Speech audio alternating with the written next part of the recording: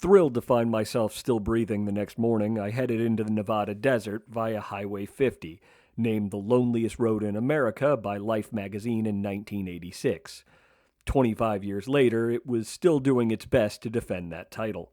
The desolate two-lane paved road ran east to west, roughly following an old Pony Express trail and cutting Nevada in half.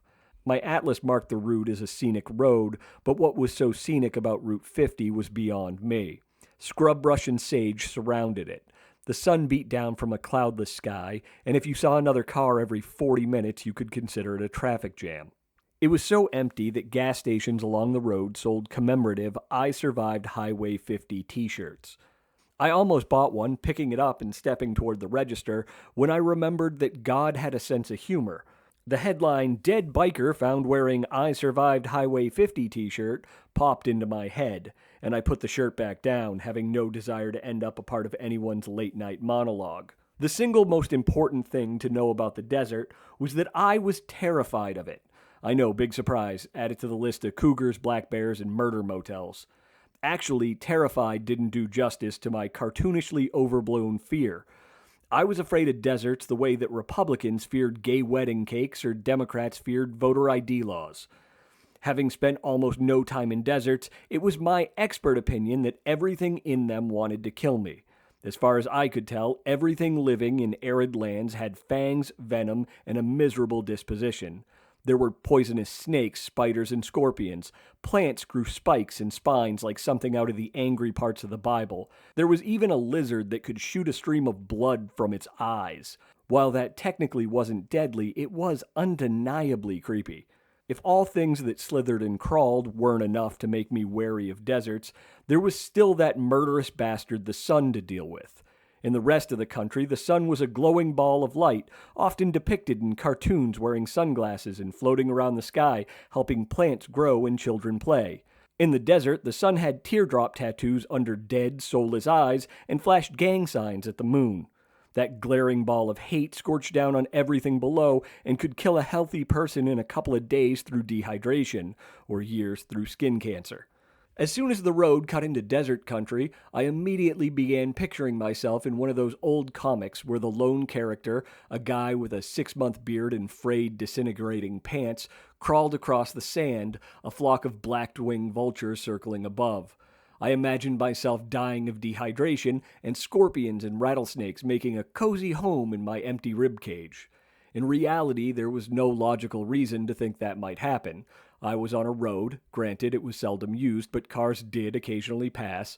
I had a bottle of water and a cell phone. As long as I didn't suddenly decide to take a random left into the prickly pear and Joshua trees, I wasn't gonna die. But, as usual, logic had little to do with what ran through my head, leaving me with a fear that ran so deep that I refused to pee. Let me explain. The entire time I rode through the desert, no matter how swollen my bladder became or how much the vibrations from my bike made me want to let loose a stream inside my pants, I refused to pull over and urinate. And the reason why I spent all my time in the desert hunched over fighting the most basic of urges? I'd watched too many survival shows where some retired special forces operative or survival nutjob explored a place that had killed more people than the Spanish flu and demonstrated how to not end up a bleached pile of bones. According to every one of these educational programs, a well-stocked bladder was more vital than a pack full of survival gear when it came to surviving the desert. No matter what show I watched, and there were a lot of them, the hosts, nutjobs, always ended up using urine in the most unnatural ways. They pissed on everything. Hats, shirts, face wraps, into bottles so they could drink it. Urine was like the Swiss Army knife of bodily fluids. One guy even started a fire using a clear plastic bag of urine to refract the sunlight like a magnifying glass. And I think we can all agree that's enough piss talk for one book. The final piece of my irrational fear came because I didn't understand certain aspects of the desert ecosystem, specifically the human aspect. For the life of me, I couldn't comprehend why anyone would actually choose to live in that hellscape. I assumed that anyone who did was either hiding from the FBI in witness protection or a miserable asshole who'd rather live in hell than have neighbors. Not that I necessarily blame them for that. I pictured towns populated entirely by scowling people shaking their fists at passing Girl Scouts and puppies. I understood that in the old days, doctors would tell patients with lung illnesses to move to a quote, drier climate. But a lot had changed since then. Now we had pills that cured everything from hair loss and depression to impotence, which was why America was filled with smiling, furry old men with raging hard ons. And there was no longer any need to move to a place that wanted to kill you in order to avoid dying from consumption. While lizards, snakes, and cacti didn't have a choice, people had Volkswagens. They could leave any time they wanted. It was as if everyone who lived in America's Southwest was actively choosing to live just beyond Thunderdome, when a couple hundred miles in almost any direction, they could live in Fern Gully. Call me crazy, but I'd choose rivers and deer over rattlesnakes and eyeball blood-squirting lizards every time. Despite the fact that the desert seemed bent on murder, it did have one thing going for it: roads. Nevada state routes practically begged drivers to break land speed records. The roads that I'd learned to ride on back east went up and around mountains, curved around granite ledge, meandered around rivers, and cut into thick forests. Riding in New Hampshire in the summer, pine, maple, and oak pushed up against either side of the narrow roads, their branches interlocking high above, casting shadows on the asphalt below. At any point, you could lean around a corner to find a couple of pickup trucks blocking the road, with a pair of rednecks hanging out the driver's side windows, shooting the shit and flicking cigarette butts at the center line. There wasn't a stretch of pavement not routinely patrolled by state or local police, but in Nevada, there was nothing. The main routes lay perfectly straight across valleys 15 and 20 miles across, with few crossroads, almost always dirt and seldom used. The adjacent land was filled with low-lying scrub brush that was thick enough to camouflage fox and jackrabbit, but not to hide the few deer or coyotes that might jump in front of a rider or give a cop a place to set up a radar trap. Standing at the rise on one side of a valley, the only visible bend in the road seemed to come from the curve of the earth itself. Even the sky was a blue void. Without clouds, the sun beat down on windshield so hard I could pick up the glint of an oncoming cop car 10 miles out. It was impossible not to want to push the speed limit a tiny bit. Just a smidge. I broke 115 miles an hour. My Honda speedometer went as high as 130 miles an hour, but under the circumstances, I didn't think it could have gone any faster. Carbureted engines didn't like altitude, and I was riding around 5,000 feet. That, combined with my 190 pounds, 4 days of oatmeal dinners, and I was already shrinking, and the weight of my pack had the bike stuck at its upper limits. Even so, I held the throttle pinned wide open in fifth gear for miles. It wasn't hard. At that speed, miles ticked by quickly. Roaring past and over smeared jackrabbits every 20 feet or so, the force of the wind beat my helmet like I'd stuck my head into one of those paint-shaking machines at a Home Depot. My head rattled left, right, up, down, left, right, giving the world the look of a shaky first-person point-of-view horror movie. I tucked closer to the gas tank, but that forced my pack into the windstream, digging the straps into my shoulders as the wind attempted to tear it from my back. Riding fast in such an open land was deceptive, and if it wasn't for the strain on my neck, I'd have sworn I was only doing 80. Speed was relative, and with nothing static whipping past to base my movement, I couldn't have guessed without a speedometer.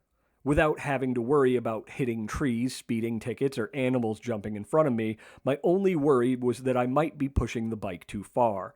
The heat, elevation, and dust weren't doing me any favors. From the moment I hit Nevada, my lips chapped and my nose plugged with snot the size and consistency of lima beans, and they couldn't have been helping the bike any either. With that in mind, I rolled off the throttle, slowing down to a less arrestable but still fatal 80 miles an hour. 2 minutes later, the only cop I'd see in the entire state of Nevada passed me coming in the opposite direction. It was the kind of luck that had me thanking God, but it was also the kind of luck that couldn't hold. Despite my fears of the desert, my first day in Nevada was relatively painless, and I pulled into a campground just outside Austin at dusk. The only other occupant was a series of fire ant nests that infested every campsite. Finally settling on the least overrun site, I set up my tent and sat listening to the most intense silence I'd ever heard. It wasn't the first time I'd been alone at a campground, but it was the first place I'd ever experienced a total lack of ambient sound. The noise of my canvas pant legs rubbing against each other as I walked was as loud as if I'd been wearing a corduroy suit. There were no animals scurrying in the underbrush, no trees rustling in the wind, no insects buzzed about, their see-through wings buzzing in my ears. There weren't even any passing cars on Route 50. After spending hours with my ears filled with the rumble of the bike's engine, the quiet was enough to make me want to ride to the nearest gas station just to spark up a conversation with the clerk, even if he was probably in the witness protection program. I wouldn't have to sit in silence long, though, as a truck towing a top-of-the-line fifth wheel pulled into the campground just before dark. I watched as it slowly drove around the loop, stopping at each open campsite before creeping ahead to the next. Eventually, the truck made it all the way around and pulled into the empty spot directly next to me. Maybe the quiet had me paranoid, but I was instantly suspicious of my new neighbors. As far as I could tell, the biggest draw of the desert was the fact that it was one of the few places where you could be far away from any other people. I was the only other camper, and they had a couple of dozen sites to choose from, yet they decided to camp 6 feet away from me. It was a move that naturally made me anxious, like when a stranger decided to use a urinal right next to me in an otherwise empty bathroom. Keeping in mind my belief that anyone living in the desert had to be on the run from something, I checked to make sure my knife was in my pocket. The pickup parked, its taillights flashing from red to white to red, and the engine cut off, returning me to the desert's awkward silence. I ate my oatmeal with one eye on the camper.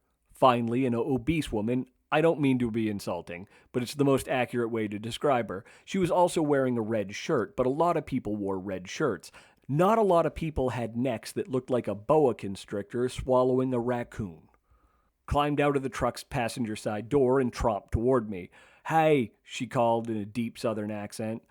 "I just wanted to let you know we're not trying to crowd you. It's just this is the only campsite we can fit in." Don't say it. It's okay, I wasn't worried about it, I lied and reminded myself not to be such a paranoid asshole. She walked up to where I'd staked my tent to the ground. "I promise you won't even know we're here." It's really okay. Sharing an entire campground with 2 other people wouldn't kill me.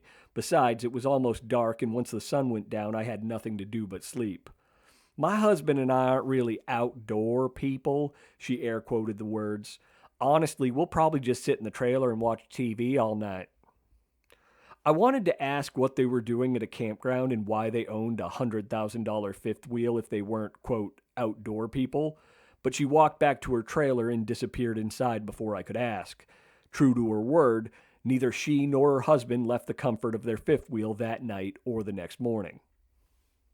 In the morning, I left Highway 50 heading south toward Las Vegas. Driving on these other roads, I couldn't help but think that Route 50 had a few challengers to the crown of loneliest road in America. Cars in towns were few and far between, exemplified on one road by a blue sign warning of no gas for the next 153 miles. I suddenly felt better about carrying my spare fuel canister, but wondered if I should have carried a second. Well into one of these desolate stretches, I was just north of Rachel, Nevada, coming downhill when the town came into view in the distance. It should be mentioned that the word town in Nevada could be misleading. When I thought of a town, I pictured a gas station, a post office, police station, and some sort of Main Street-like area with a bearded guy who wore giant foam lobster claws on his hands and screamed at passing cars, or maybe that's just something from New England. But that wasn't the case in Nevada, where a town could be nothing more than a couple of relatively close trailers. A lot of them didn't so much as have a gas station, which could be problematic when your tank only carried 4 gallons. In comparison to a lot of Nevada towns, Rachel, ahead of me in its infertile valley, was a metropolis. It had a diner and a bar. Actually, they were both in the same building. I was excited for the diner bar because it would give me a good excuse to get off the bike. In Idaho, Oregon, and California, I had constantly stopped to take pictures or just stare at one of the stunning pieces of natural beauty. There were elk and deer, the Pacific Ocean, railroad bridges over unspoiled ponds, and runs of forest so deep that they seemed to go on forever. Other than one stop to take a picture of a perfectly straight road so that I could show it off to my friends in New England who'd claim it had to be a trick, in all of Nevada, I'd only stopped for gas and food. After all, one bit of sagebrush and bare dirt looked an awful lot like any other. The bike rode well, tires humming over smooth pavement, engine growling along beneath me, and exhaust rumbling behind. In my mind, I was already in the air conditioning of the diner, letting the condensation from my iced Coke soak into the palm of my hand, chatting with a local before I scarfed down a sandwich, all before hopping back on my bike and heading to Vegas and the Grand Canyon. The bike coughed. The engine's sudden stutter yanked me out of my daydream. It felt like the bike had hiccuped somewhere deep in its machinery. In the 15,000 miles I'd put on it since it was new, it'd never done that before. I lost power and the bike slowed, almost as if it had run out of gas, but I knew I couldn't have because I was barely over 100 miles on the tank, and 2 days before I'd ridden over 160 miles without having to switch to my reserve. I looked down at the indicator lights. There were only two, temperature and oil, and neither were lit. Cranking the throttle, the bike picked up under me. I figured that I must have imagined the stutter, telling myself the nerves of riding in the desert had me tuned into the bike until I was hearing things that weren't really there. I laughed at my paranoia and turned my mind back to Coke in Vegas. Before I could get back to my fantasy, the engine cut out completely, the oil light a glaring red pinprick on my speedometer. I immediately pictured myself crawling through cactus, croaking for water. Holding in the clutch to help the bike coast, I watched as the speedometer needle dropped from 80 to 60 to 40, all the way into the 30s. Despite the fact that the desert ran flat and bare on either side of the road, I didn't want to pull off because the immediate shoulder was soft, loose sand with tire tracks 6 inches deep. Loose sand was one of the worst things for a motorcycle. It didn't take much once in it to skid and drop a bike. The only thing I could think to do to avoid ending up in a heap on the side of the road was to attempt to push start the bike. I hadn't tried to manually start an engine since I'd driven a temperamental Jeep Wrangler in high school, but it was a pretty simple process. While the bike still had enough speed, all I had to do was drop the shifter into third gear, release the clutch, and hope the engine caught, and that didn't lock my back wheel, sending me sideways, and that I could control the skid, not dropping the bike and ending up like so much roadkill, and that it didn't do any damage to the bike, and it'd actually keep running once it restarted, and a whole list of other things I didn't even want to think about. The only possibility worse than all of those things was getting stuck on the side of the road in this godforsaken desert. Taking a deep breath, I pressed the transmission down into third gear. I knew from experience that as soon as I dumped the clutch, my back tire would lock up, regardless of whether or not the bike restarted. In my old Jeep, that had never been a problem, but on 2 wheels, trying to stay upright while my rear tires skidded and danced under me was going to be a challenge. I checked my mirrors to make sure no cars were coming up behind me. The last thing I wanted was to get run over after I dropped the bike, which I was 90% sure was about to happen. I clenched my jaw, tucked my chin to my chest, and released the clutch. The rear tire locked, screeching and leaving a black strip on the asphalt as the entire bike shimmied sideways. I shifted my weight left and right against the skid and worked at keeping the front wheel pointed forward. It was useless. The bike refused to start. All I had succeeded in doing was wearing a flat spot in my tire. Pulling in the clutch so the tires could spin freely, I slowly coasted to the side of the road, my feet held out wide, ready to catch the weight if the bike should tip in the loose sand. When I finally stopped, the bike still upright and my feet sinking into the soft sand, I checked the gas. The bike still had plenty of fuel, but I dumped my spare canister into the tank anyway, thinking it couldn't hurt, and if I couldn't get the bike restarted, that was a couple of pounds less to carry. Sitting on the side of the road, fiddling with the ignition button and listening to my engine refuse to fire, the enormity of the situation began to settle in. After years of construction work, I was pretty good with a hammer and nails, but knew next to nothing about motorcycle mechanics. Anything beyond the choke lever and the high beam button, and I was totally lost. It wasn't as if, kneeling on the side of that lonely desert road, I was suddenly, through a stroke of God, going to figure out what went wrong and, using only a sprig of sage and the needles of a prickly pear cactus, MacGyver the bike back to life. Still, I got off my bike and, dropping down to one knee, proceeded to pretend that I knew what to look for. I had no real reason for doing this. All I was really doing as I looked at that big V-shaped hunk of metal was putting off the inevitable hike into town. After I'd tried out all my most contemplative facial expressions, for whose benefit I don't know, as not a single car passed me in the 20 minutes I knelt on the side of the road, and with no cell service, I looked toward the diner, a couple of miles away, shook my head, and shouldered my pack. When compiling my list of reasons to be terrified of the desert, an important fact slipped my notice. I hadn't realized that because of the dry air and the fact that there was nothing to obstruct vision, everything in the desert looked about 3 times closer than it actually was.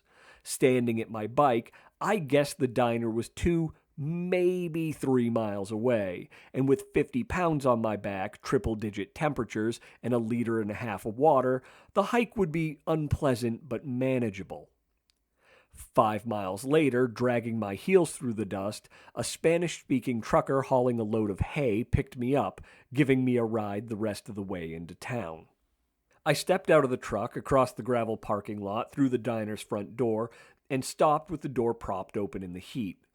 The diner was filled with aliens. The green ones, not the political football kind. There were, quote, life-sized little green men standing in the corner, shelves packed with coffee mugs shaped like bug-eyed extraterrestrials, shot glasses that claimed that the drinker had been abducted, boxes of sticky, stretchy toy aliens sat on the floor, and t-shirts sporting pictures of flying saucers proclaimed the wearer had seen Area 51. Moving through the little green visitors, as if all this was completely normal, were waitresses, diners, and locals who'd come to hide from the heat. I squinted at my mostly empty water bottle to make sure that I drank enough water and wasn't hallucinating from hiking so long in the sun. The town of Rachel, which as far as I could tell consisted solely of the diner bar, had actually become a bit of a boom town in the 90s when UFO enthusiasts came in droves to get a first-hand look at the famed Area 51. Area 51, aka Groom Lake, aka Dreamland, aka Paradise Ranch, aka UFO conspiracy theorist wet dream, was a government military site where experimental aircraft were developed and tested. Basically, if it flew and blew up people that Uncle Sam didn't like, it probably had roots there. Popular legend said that the base was created after a UFO crashed in the Nevada desert, and American scientists had been reverse engineering alien tech from the wreck ever since. It was easy to see why people believed we'd received help from ET, since the base had helped produce advanced technology like the U-2 spy plane, SR-71 Blackbird, B-2 stealth bomber, F-117 stealth fighter, Predator drones, and a host of other military advancements that would have been pure science fiction not that long ago. The legend received a huge boost in the 90s when a book came out claiming that its author had worked on the alien projects, and because, at the time, the government didn't actually admit to the existence of the base, and wouldn't until 2003. Rachel, being one of the closest, quote, towns to Area 51, became a UFO rallying point, and thousands of believers and tourists packed the little desert town. It was also close to Bald Mountain, from the top of which people could get a view into the base until the government put a stop to that by restricting public access to the mountain. Playing up the ET angle for tourism dollars, Nevada had nicknamed the road through Rachel the Extraterrestrial Highway. At the time I'd wandered into the diner disheveled and dehydrated, I'd known none of that. As I stood in the doorway, I hadn't been that confused since that time I got headbutted in a middle school soccer game and went blind for 3 hours. Stepping further into the diner, I tried to stay out of the way of all the tourists, 90% of which were either Asian or elderly, that wandered around poking and prodding the life-sized aliens. Dropping my pack on the floor near an empty table, I turned to take in the rest of the place. Besides the alien memorabilia, a 3-inch thick red duct tape line cut the diner in half, separating the bar from the rest of the diner. I assumed this must have been a loophole in some law. What appeared to be hundreds of dollars hung from the ceiling behind the bar, stuck in place like how a crazy person would decorate the inside of his refrigerator box apartment. Tourists sat at a handful of tables scanning over their cameras' LCD screens and snapping pictures of everything that moved. I was still absorbing it all when a short, older waitress with hair the color of a head wound brushed past me with a plate in each hand. "If I trip over that bag, you're gonna be sorry," she barked over her shoulder in a voice that sounded like she'd personally financed a wing of the Marlboro Man's mansion. I got yelled at enough by women in real life that I couldn't imagine my mind making up an extra, so I finally knew I wasn't hallucinating. "Sorry," I said, putting my pack on a chair. My bike broke down north of town and I hiked in." "Run out of gas?" she asked in a tone that strongly implied the word dumbass should have ended her question. "No, ma'am. Got plenty of gas." "Your bike carbureted?" "Yeah, that much I did know." "Then it's vapor lock." Her voice came from a pile of rocks hidden in her throat. "Oh, okay," I said as if that cleared everything up. "What the hell's vapor lock?" "It happens to a carbureted engine at altitude and heat. The fuel becomes vaporized and the carb can't do its job. That's why it's called vapor lock." Again, the dumbass was understood. I was more than happy to take mechanic lessons from this fire-headed, angry grandmother as long as it got me back on the road, and I didn't even think to ask why she knew this stuff. "What do I do about it?" I asked, but she had already disappeared into the kitchen, apparently tired of talking to my dumb ass. "Where'd you break down?" a woman's voice behind me asked. I turned to see a woman sitting on one of the high stools at the bar. I guessed that she was in her late 50s, but I could have been wrong. Desert living aged people like prison. I'd only been in one for 2 days, and I already felt like I was 60. She had the kind of skin I'd expect to see on somebody dug out of a bog after 1,000 years. A spray of coarse hairs on her chin, and a neon blue tongue ring. The entire time she talked, I couldn't take my eyes off that glowing ball twitching behind her teeth. It wasn't because I was attracted to it. The facial hair and bogman skin were definite deal breakers. But for the life of me, I couldn't figure out why a woman her age would have a tongue piercing. In Nevada, a state where prostitution is legal. Sometimes I could be a dumbass. Before I could answer her question, she whipped out a cell phone looking for people who could help. She called 3 relatives, it seemed like the kind of town where everyone was related, and got nothing but voicemail. I dropped into the nearest empty table while she worked her way down her cell phone's contact list. The red-haired waitress left a tall glass of ice water without growling or calling me a dumbass, which I took as a big step forward in our relationship. I chugged the entire glass and was busy crunching ice cubes between my molars when Billy, the tongue-ringed woman's son, pulled up a chair across from me. He looked to be about 10 years old, and I was surprised that my appearance hadn't put him off. I still hadn't changed or washed my clothes, and my UNH t-shirt had developed dark rings on the neck and sleeves, not to mention all the bits of exploded bugs stuck to the chest. I was overdue for a haircut by a month and a shave by 3 weeks. I wouldn't have sat next to me. While his mother left text messages and voicemails for anyone with a pickup truck and a set of wrenches, Billy rapid-fired question after question at me like he was trying to pry out the location of the Holy Grail. "What kind of bike do you ride?" he asked. "It's a Honda Shadow Sabre 1100, I said. The look on his face told me that series of numbers and random words meant nothing to him. It's a big cruiser, like a Harley, only cheaper." "Where are you coming from?" "Boise, Idaho, and the Pacific Coast." "Why don't you have a friend with you?" "I don't have any." "Why not?" "Give it 10 minutes, you'll probably figure it out." "What are you doing here?" I wanted to say something about spending years and thousands of dollars collecting English degrees, but I suspected that might go over a 10-year-old's head. At the table behind me, a father and son worked their way through lunches.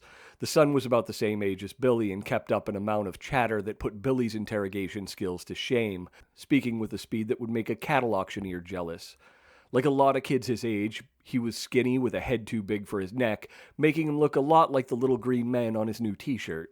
He had that smart kid personality where he hadn't quite figured out how conversations were supposed to work.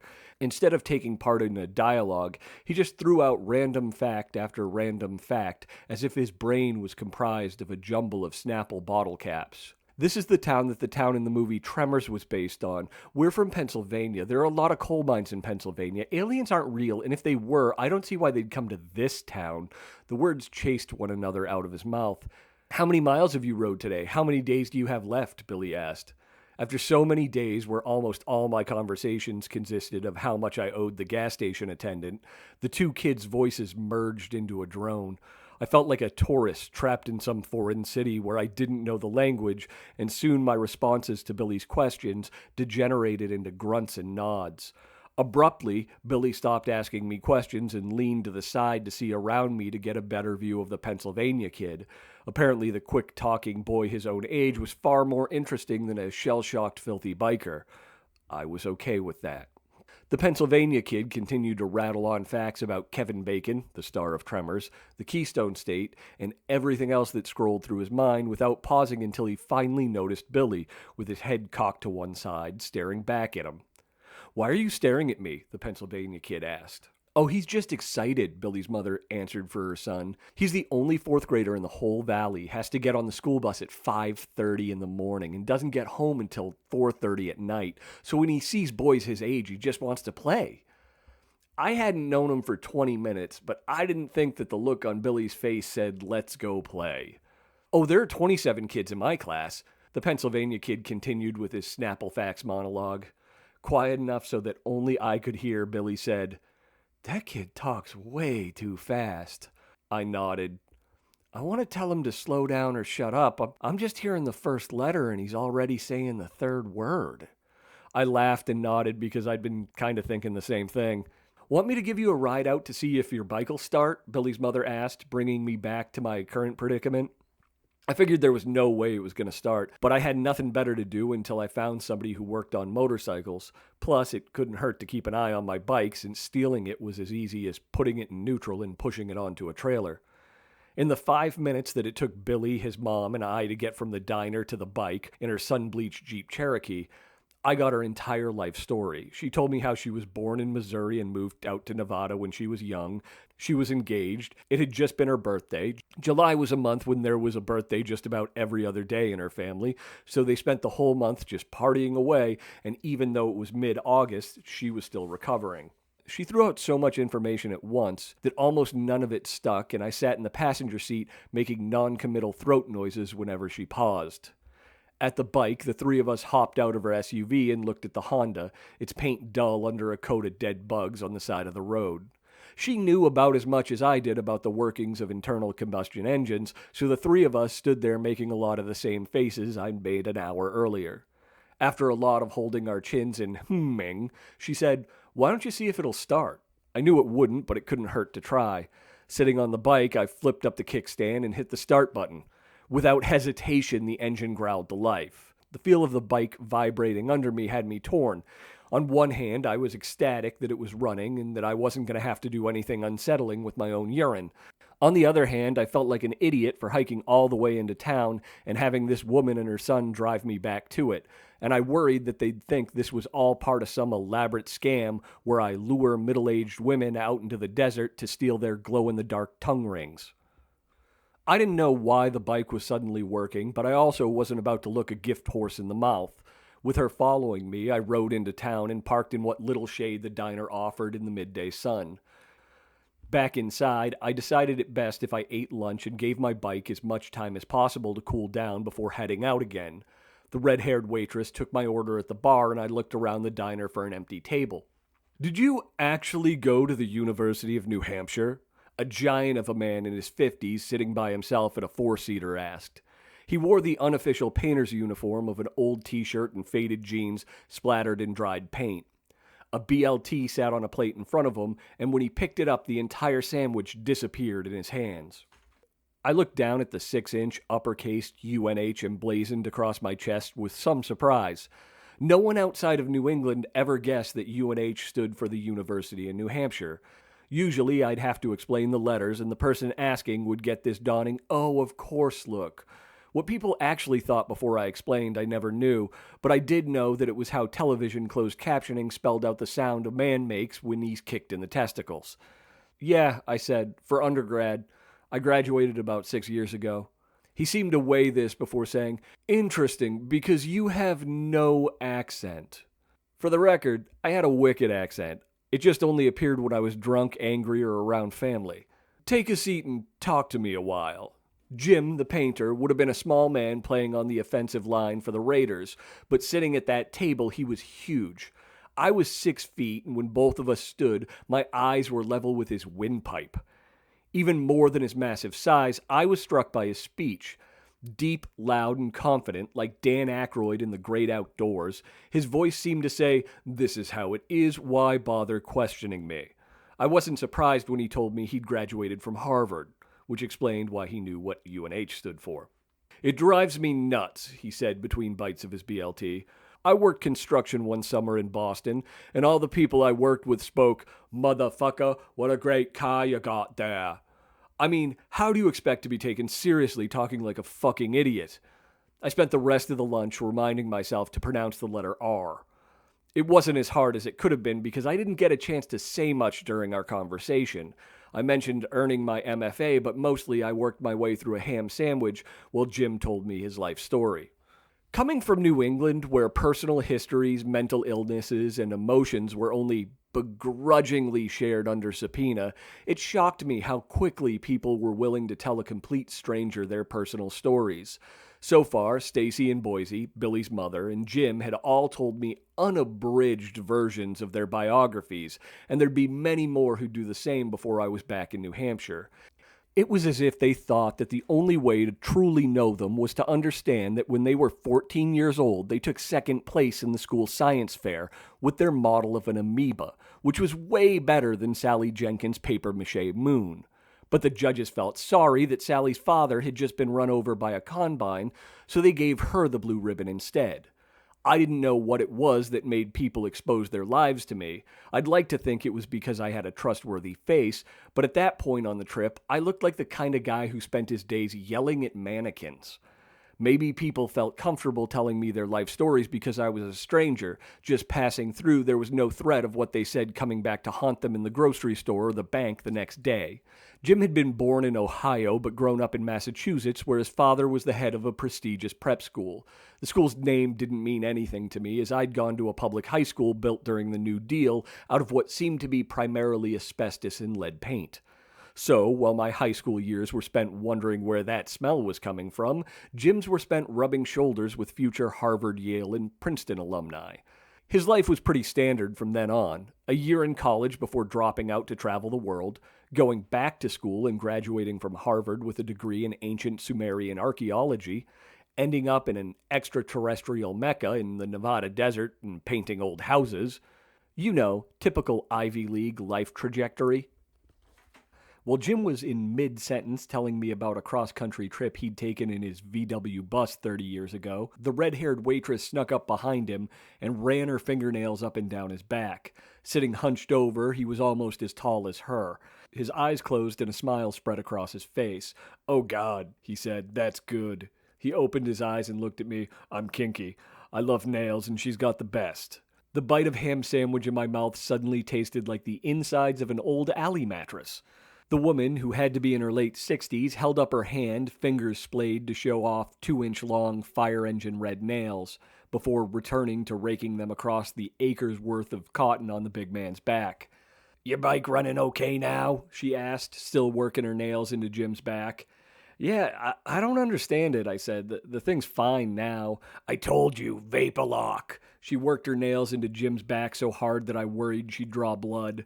"You should believe what she says," Jim said, his eyes still closed in back-scratching rapture. "She used to ride with Sonny Barger." She smiled and nodded, obviously proud of having ridden with the former president of the Hells Angels. I laughed to myself, thinking how easy it was to forget that every elderly grandmother used to be neither elderly nor a grandmother. "What can I do to keep it from happening again?" I asked. The thought of breaking down in cactus and rattlesnake country churned up all those old desert fears. "Avoid the heat and high elevation," she said. "But since you're in the middle of the Nevada desert, I guess you're kind of fucked." Slapping Jim on the back, she walked into the kitchen laughing. Before I could comment on how useful that tidbit of information was, Billy pulled up a chair next to me. His mother followed close behind, saying that she just wanted to say goodbye before she headed out. Jim stood up and walked away as soon as she started speaking. "Thanks again," I said, shifting to pull out my wallet. "Let me give you something for the help." I was on a tight budget, but not so tight that I couldn't show my appreciation for a good deed. She looked at me, my wallet, then down at her son. "Tell you what, I don't need any money, but he's going on vacation next week, so anything you want to give to him is fine." It was a neat trick, simultaneously refusing and accepting cash with one drawn-out sentence. It was like saying, "My left hand won't take it, but feel free to put it in my right." I handed Billy a 20. He smiled appreciatively and said thanks before cramming it in his pocket. They said their goodbyes, and she took Billy by the hand and walked him out the door. Fucking cranky old hooker, Jim, surprisingly quiet for such a big guy, appeared at my elbow. The tongue ring finally made sense to me. "She comes in here and gets going, and I just have to walk away. She's even worse if she's drinking. Sounds like a fucking banshee." Jim dropped into the chair next to me, and we talked for a while, mostly about different construction jobs in the state of higher education. Eventually, it was time for me to go, so I paid for my lunch, waiting in line behind a gaggle of Chinese tourists buying armloads of little plastic made-in-China aliens. If I'm being completely honest, I found this funnier than an enlightened person should have. It was like people from Detroit visiting France and buying Fords. Jim refilled my water bottle behind the bar and walked me outside, where we shook hands and I headed toward Vegas. I didn't make it 10 miles before the bike coughed, shuddered, and coasted to the side of the road dead again. After once again pulling to a stop, I took out my flip phone. I wasn't that far from Rachel, and I'd seen Billy's mother use her phone, so I'd assumed I'd at least have some service. I turned it on. No bars. Not even a flicker of the tiniest nub that was only good for text messages. I'd hoped to call a tow truck and just wait next to my bike for help, but unfortunately, that wasn't going to be an option. Later, when I mentioned the lack of cell service to some of the locals, I got two different explanations. The first was that the government blocked all cell service near Area 51. The second was that the government wouldn't allow cell towers to be built that close to Area 51. There was also the third possibility that there was no cell service because cell phone companies wouldn't build towers in the middle of fucking nowhere. With too few customers, it wasn't economically feasible, but that wasn't nearly as sinister sounding, and therefore less popular than the first two ideas. According to my map, I was in the middle of no man's land between Rachel and Ash Springs. I could either hike back to the diner or toward a town I knew nothing about. There was nothing besides sagebrush and asphalt on the way back to Rachel, but at least I knew the town existed. If I headed toward Ash Springs, there was the chance I'd come to a house along the way, but there was also the risk that I'd hump all the way to town, only to find out it consisted of a burnt-out trailer and broken beer bottles. Playing it safe, I decided to walk back the way I'd come. Knowing how bad the hike was going to be, I wasn't bothering with my pack this time. I walked a little way into the desert and dumped everything that wasn't absolutely necessary behind a pile of rocks. Taking only a bottle of water and my baseball hat, I started down the road toward Rachel. The extraterrestrial highway was mostly empty, but the occasional car did pass. According to my old freshman psychology professor, studies claim that drivers were more likely to stop for people on deserted roads, like the extraterrestrial highway, than on busy roads. If I remember correctly, it had something to do with the diffusion of responsibility. But those studies probably weren't done with a 6-foot-tall grungy biker as a test subject. Each time a car came near, I'd wave my arms over my head in the international symbol of, "I broke down in the desert, please stop before I'm eaten by a Gila monster." But every car sped past, the drivers avoiding eye contact like I was begging change outside a Starbucks. It surprised me. I'd never had much faith in the human race, but I'd assumed that out here, where you could easily die of exposure, be forced to do unspeakable things with urine, or apparently be abducted by aliens, people would stop for anyone walking along the side of the road. As the first car, a little Honda with 4 people inside, blew past me at 80 miles an hour, kicking up a stinging cloud of sand, I made a rational excuse that gave the driver the benefit of the doubt. That Honda was too full, and I wouldn't have fit anyway. By the third car, I started to blame myself. The woman driving that Toyota was alone, and with my scraggly beard and filthy clothes, I looked pretty sketchy. Eventually, blaming myself gave way to annoyance. That guy in the Chevy didn't stop because he's an asshole. And finally, annoyance gave way to hatred of anyone with a driver's license. That asshole in the Ford didn't stop because he's in a rush to go fuck a goat. A half dozen goat fuckers into my hike, I'd given up all faith in humanity when a UPS box truck pulled to a stop on the dusty shoulder 10 yards ahead of me. The driver poked his head out the door. "That your bike back there?" he asked.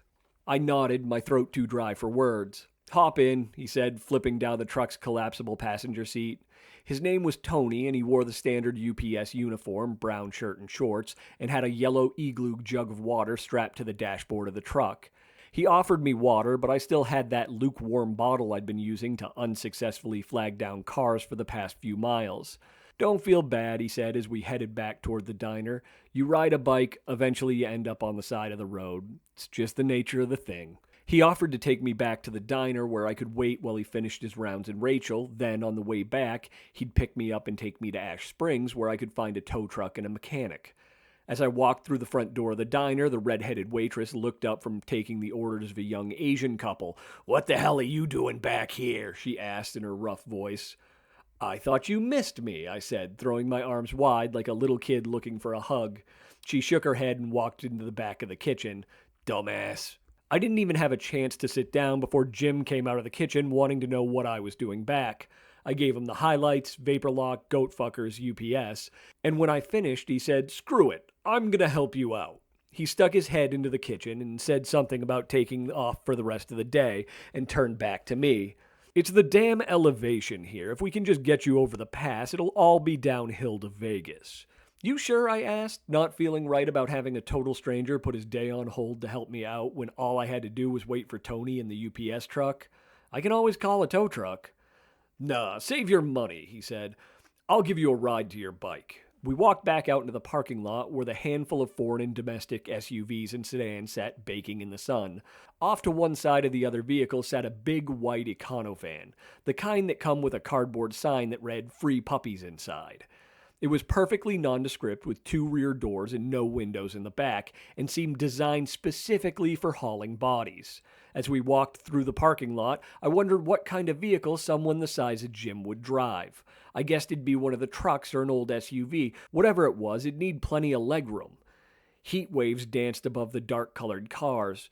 Jim headed straight for that van. As soon as he opened the driver's door, I thought, "Oh God, I'm about to get into a giant's kidnapper mobile."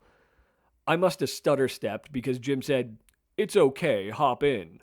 "No, it's not," I thought, but I opened the passenger side door and looked into the dark back of the van expecting to see the paintbrushes, flood lamps, and paint cans that filled every painter's vehicle. An unmade twin mattress took up most of the space behind the front seats.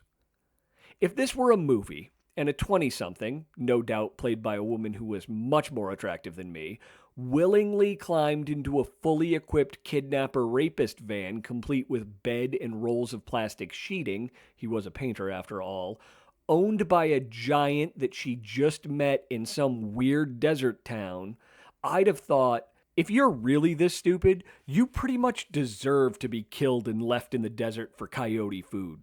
But since this was real life, I climbed in and buckled up. It was an utterly foolish move on my part, and didn't make sense when paired with my distrust of desert dwellers. It was as if I thought that the 20 minutes we'd spent talking over lunch somehow made Jim an old friend instead of a complete stranger. Or maybe I assumed that there were enough witnesses in the diner that I didn't need to worry. I still can't explain why I did it. It's one of those things that, looking back at it now, you can't imagine what the hell you were thinking. Kind of like wearing jean shorts. As we drove into the desert, my mind did gymnastics. On one hand, I didn't actually think I was about to get killed in the desert. On the other hand, I wouldn't have been surprised if, at some point during the ride, he shoved a rag in my face and said, "Does this smell like chloroform?" It was an odd thought to have because Jim had been nothing but nice to me since I met him, which, on the other hand, was kind of suspect in itself. I mean, why would someone be so nice to a complete stranger who he was never gonna see again? It certainly didn't line up with my belief that everyone who lived in the desert was hiding from the FBI, but it did make perfect serial killer sense. Step 1, act nice. Step 2, gain trust. Step 3, murder van. I thought about how Jim had laid out his life story for me, but had left holes big enough to hide bodies. For instance, how did he end up in the desert from New England? How did I know he actually had gone to Harvard? What countries did he visit on his around-the-world trip? And how many people went missing in those countries when he was there? The conversation Jim was having wasn't making things easier. People around here, they may not be educated, but they're worldly. Sure, you're never going to sit at a diner and have a conversation about Shakespeare, but they can fix anything and know how to work. Not like those goddamn academics. His giant head swung toward me, the guy who'd just spent 3 years in advanced study of make-believe. Yup, I said, hoping he'd forgotten the fact I'd spent 7 years in college, the last 3 getting a degree of such complete uselessness that it should have come with an empty refrigerator box and a bindle. Fucking academics spend their whole lives in universities not interacting with real people.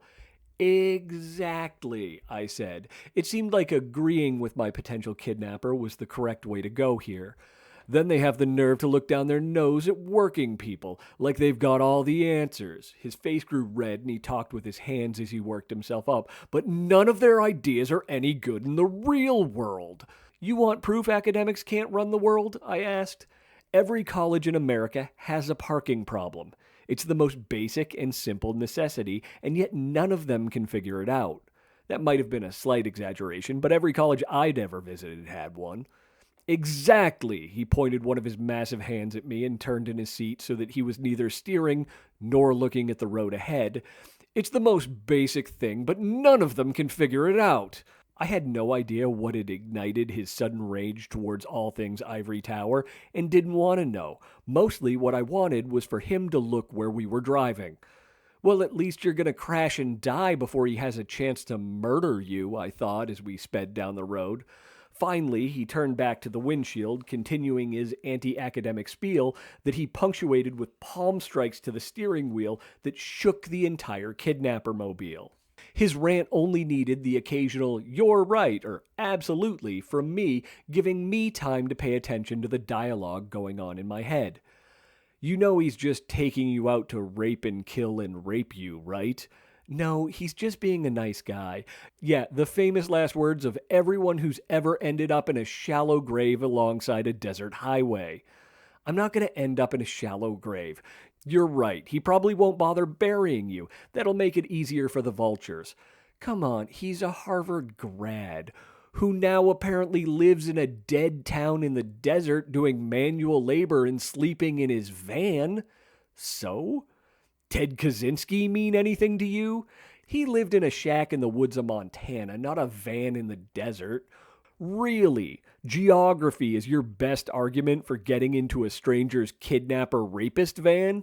You might as well say he can't be like Ted Bundy because Bundy drove a Volkswagen. I'm gonna be fine. What picture do you think they'll use for your missing person posters? I'm not going missing. Let's stay positive here. Okay, on the positive side, at least you can stop worrying about male pattern baldness. We're gonna get the bike running, and I'll be back on the road in no time. There's nothing to worry about. On the bright side, he's not gonna get rich after he kills you and empties your bank account because there's barely enough for a Taco Bell dinner in there. I'll be fine. Besides, I have my knife on me if he tries anything. And he has 6 inches and 100 pounds on you. What's that little 3-inch toothpick gonna do? I'm in good shape. I can defend myself. Why don't you do yourself a favor and just stab yourself right now? Get it over before all the badness happens. It doesn't matter anyway because he's just being a good human being and helping me out. People can just be good. I've got 20 goat fuckers that blew past you as you hitchhiked through the desert that says different. And I've got Tony, the UPS driver. One nice guy to 20 assholes? You're willing to bet our life on those odds?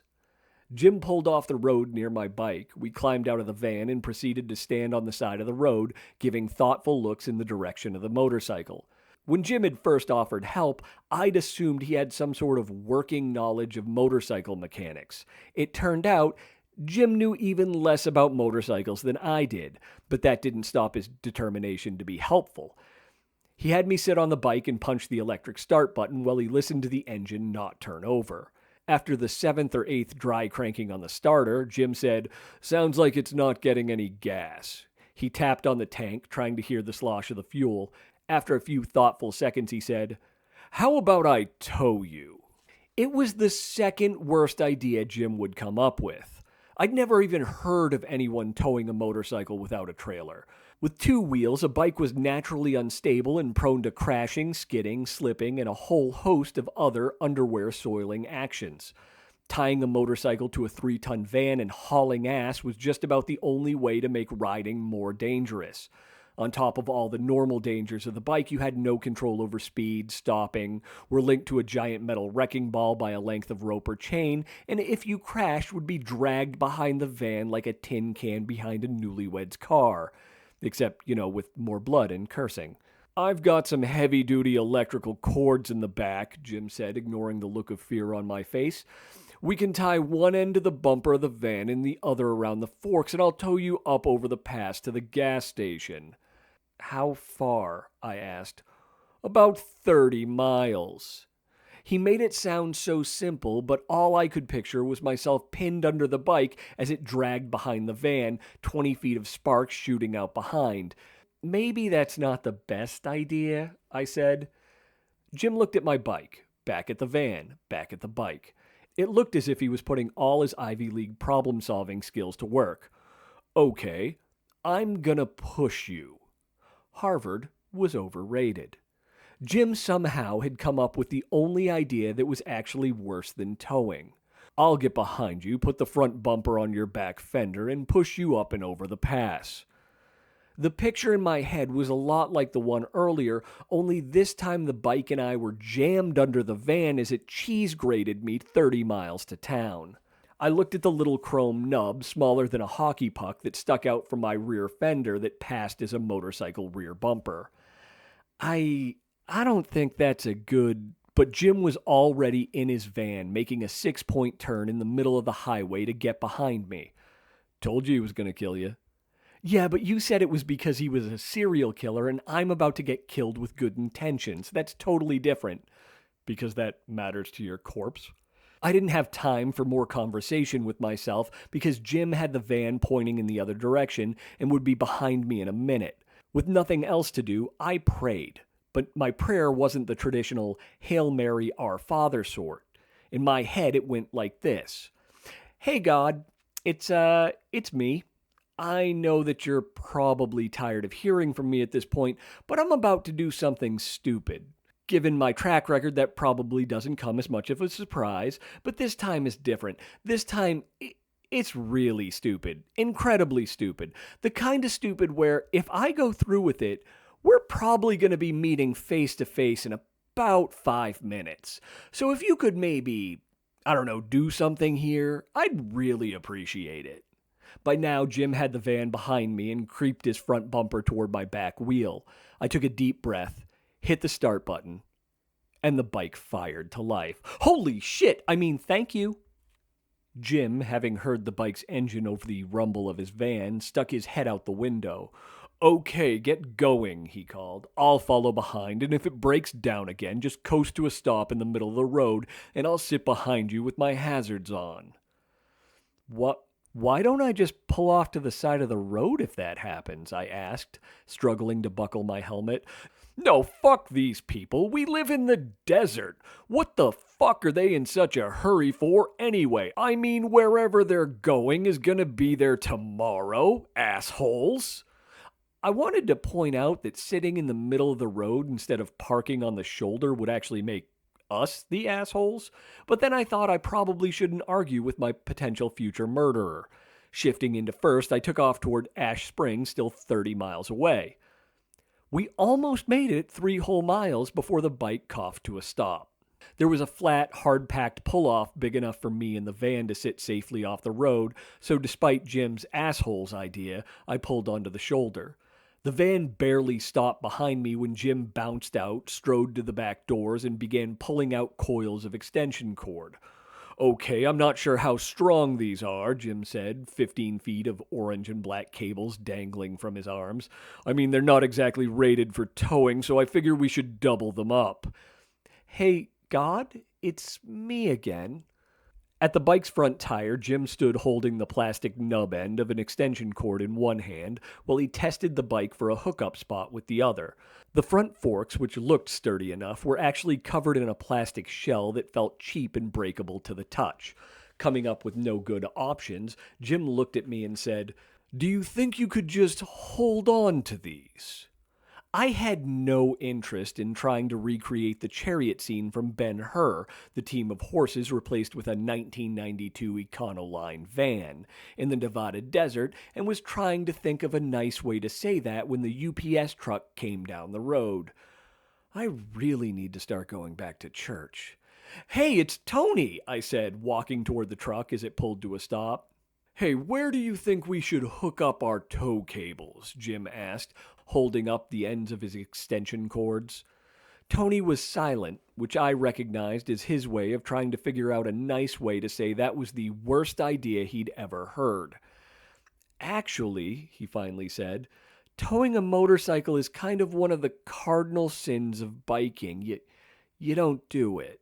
Tony offered to take me to Ash Springs, where I could call a tow truck, and I quickly jumped at the opportunity to avoid death by Good Samaritan. I dumped my pack into the UPS truck and, standing on the bottom step, pulled out my wallet. "I gotta give you something for helping me out like this," I said, pulling out a 20 and holding it out to Jim as he rewound his extension cords. "No," Jim shook his head. "The next time you see someone stuck, you help them out and we'll call it even." He was one of those good people who would stop to help strangers no matter what he was doing. There weren't many people like that, and I hadn't expected to find one in the land of scorpions, UFO sightings, and methamphetamine production. He shook my hand, and I couldn't help but feel like an asshole for thinking he was only being nice in order to rape and murder me. In my defense, he did drive a kidnapper mobile. Tony dropped me off at the first gas station we came to, a typical American gas station/convenience store, its shelves containing the 4 food groups: salty, sugary, alcoholic, and cancer-causing. It could have been any store in any state if not for the 3 flashing, blinking, and beeping slot machines right inside the front door. When it came to gambling, the general consensus in Nevada seemed to be that if a place had electricity, you could cram a couple of one-armed bandits inside. They weren't just in casinos, which, with their flashing lights and buzzers, were like children's arcades if you replaced all the joy, happiness, and laughter with sadness, desperation, and oxygen tanks. They were in gas stations, laundromats, and the airport. I half expected to see kids stringing extension cords across their front lawns in order to run slot machines instead of lemonade stands. Dropping my pack, I took the stool in front of the least obnoxious machine and called the only local tow company, which told me that it'd be at least a 30-minute wait. I'd never broken down before, let alone needed a tow, so I wasn't sure how the process worked. I was pretty sure that my insurance company, a major national carrier, covered at least part of the bill, but I didn't know how to go about getting them to pay. Since I had a half hour waiting for the tow truck anyway, I thought I might as well call and get the ball rolling. To get to my first flesh and blood human being, I had to punch in more numbers than a New York City phone book. They wanted my phone number, date of birth, and account number 4 separate times. At any moment, I expected carpal tunnel syndrome to settle into my thumbs. While I was working my phone's keypad to death, a short man, suntanned to leather and wearing clothes almost as dirty as mine, came into the store and stood directly behind me at the slot machine. It was only a quarter a play, but from the look of him, I thought that might be above his budget. But it wasn't exactly my place to say anything. He didn't speak, but his eyes kept flicking from me to the flashing lights and back. Still punching numbers, I stepped out of the way, and he hopped onto the stool like a kid about to take a pony ride. From my phone, an actual human, non-recorded voice finally asked, "This is Emily. How can I help you today?" "I broke down outside of Rachel, Nevada," I said. I've called a tow truck already, and I just needed to know if I'm covered for towing with you." "Okay." After a few seconds of the sound of keyboards clicking, she came back. "You're covered for the first 15 miles. After that, you have to pay." "Great," I said, thinking of the empty miles of space on the map between my bike and the nearest town. "So what do I have to do? I've never been towed before. Do I give the tow guy my insurance info, or do I pay him and you guys reimburse me?" "Here, let me transfer you to a department that can answer those questions for you," she said, clicking me off before I had a chance to say anything else. Please enter your account number, an automated voice requested. I punched in my account number, zip code, date of birth, astrological sign, and the opening bars to Son of a Preacher Man before getting stuck on a pre-recorded looped message that said, "Your business is important to us. You can save more if you bundle all your insurance needs with us. Your business is important to us." By the 30th time I'd heard it, I was beginning to have my doubts. The Gambler was my only source of entertainment as the never-ending loop of promotion squawked in my ear. With his head down so all he could see was the payout tray, he plugged coins into the slot and worked the machine's controls based on the beeps it emitted. After a few minutes, a boy about 12 years old holding a bucket-sized fountain soda walked up and stood by his side. Neither spoke as the chirping machine swallowed all his money, one coin at a time. Finally, a new voice came on the line. "My name is Sarah. I understand you've broken down. I'm sorry to hear that. Are you and your vehicle in a safe place?" she asked in a practiced, neutral American accent. "I am. I'm in a gas station, but my bike is still on the side of the road." "So you're not at your vehicle?" "No, I'm in a gas station. My bike's on the side of the road. I had to leave it behind because there was no cell service." "Is it safe?" "Well, it's on the side of the road in the desert, and anyone with a trailer could roll up and steal it," I said. The kid took a deep pull from his soda, sucking in both his cheeks and bulging out his eyes. "So safe is a relative term, but yeah, I think it's okay." "Where exactly is your vehicle?" It's south of Rachel, Nevada, on Highway 375. "And what's the cross street?" There is no cross street. It's in the middle of the desert." The Gambler plugged in 3 coins and tapped the buttons as if he was trying to jar something deep inside the machine. "What's the nearest cross street?" I looked at my map. "I guess Highway 93, but that's a good 30 miles away." "What city is it in?" "It's south of Rachel, Nevada." "Rachel. Is that near Tilton, New Hampshire?" "No, New Hampshire and Nevada are pretty far apart geographically speaking. By astronomical standards, they're right next door, though." My faith in the insurance industry was fading fast. The Gambler dropped his last coin into the slot machine and listened to it come up empty. As he walked out the door, the boy trailing behind, he threw one last look at the flashing display panel. I had the sudden urge to chase him out in the parking lot and dump all my pocket change into his hands. I didn't, knowing that he'd just come back in and pump it into the one-armed bandit. "Okay, I'll call you a tow truck." The call center attendant's voice brought me back to our conversation. "I just need to know what the cross street is." I found myself talking with my free hand as if she could see the gestures. "Have you ever been to the desert? Because there aren't a whole lot of cross streets out here. Also, I already did that," I said. "I just want to know how I get my insurance to cover this." "You're covered for 15 miles. "Yeah, the other lady already told me that." I paced from the slot machines to the front door and back. "But do I pay the tow guy up front and you reimburse me, or do I give him my info and he bills you directly?" "You get 15 miles, then you pay the rest." I was starting to suspect that Sarah was actually some kind of robot stuck in a loop, or she was just bored and screwing with me. "Yeah, we're on the same page on that one, but how do I get you to pay for the first 15? She spoke slowly so I didn't miss any of the intricacies of her argument. "We cover you for the first 15 miles, then you pay for the rest." I stopped pacing. "Okay." Trying not to exhale directly into the phone, I thought of a new angle. "What do I tell the tow guy when he gets here?" "What tow guy?" "The one I called to come get my bike, the only one in town." "Wait, you already called?" Her voice dropped the professional phone bank operator tone and picked up a Dixie twang. "What'd you call us for then?" I closed my eyes and breathed through my nose. "I have no idea." I hung up. For the record, I never did figure out how to get the insurance company to pay for those first 15 miles. On the bright side, my frustratingly circular conversation with the insurance operator took so long that the wrecker pulled into the parking lot just as I hung up. Considering the surrounding towns, I'd expected the truck to be a 60-year-old rusted and dented heap, complete with swinging weighted hook and one-eyed mongrel dog co-pilot. The The driver would be a bearded fat guy with more jailhouse ink than teeth, and when I opened the door, a spit cup would roll out. Instead, the truck that waited in the parking lot was a modern flatbed tow truck with hydraulics and electrical winches. It didn't even seem to have any dust on it, which was more than I could say for myself after a day and a half in the desert. I opened the truck's passenger door to a blast of air conditioning and asked James, the perpetually happy driver, "How's your day going?" "I'm doing good, man. How about you?" he asked with a friendly smile. "I'll be honest, I've had better," I said, climbing into the cab. The inside of the truck was cleaner than my car had ever been. I didn't even have to kick any soda bottles or fast food bags out of the way. James was a heavy, dark-skinned guy with what I thought was probably a Hawaiian accent.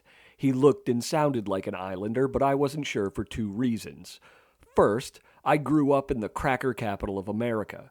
It was so bad in parts of the state, our racists had to settle for picking on Italians. And because of that, I had a hard time telling races apart.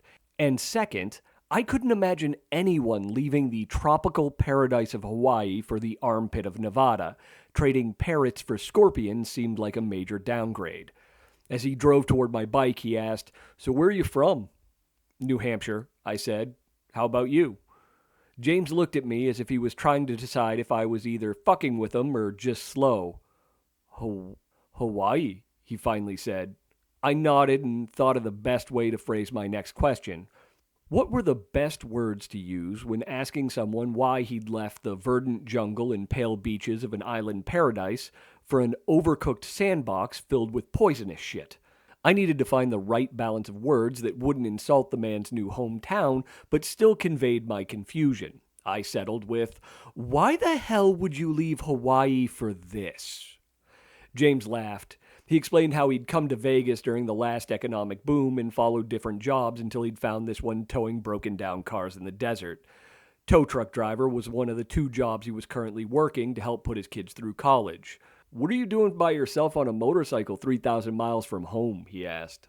"It's kind of a graduation present to myself for finishing my master's," I said. I'd started telling people that on some part during the trip because it went over better than fucked if I know.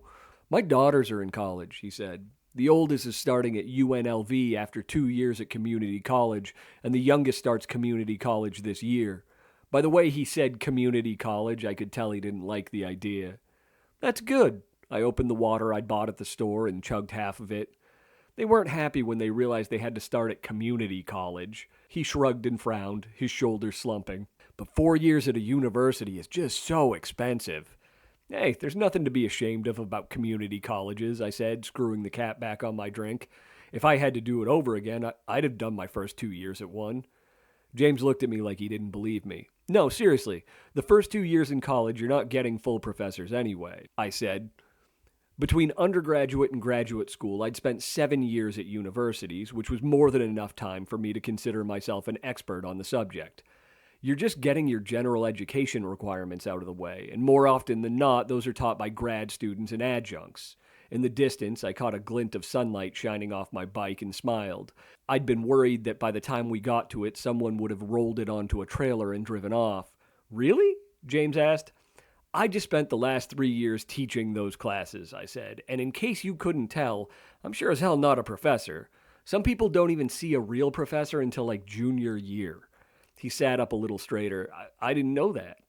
"Well, it's not something schools like to advertise." As we pulled up next to the bike, I said, "The weird thing about this is it'll probably fire right up." I was thinking about how it happened with Billy's mom back in Rachel.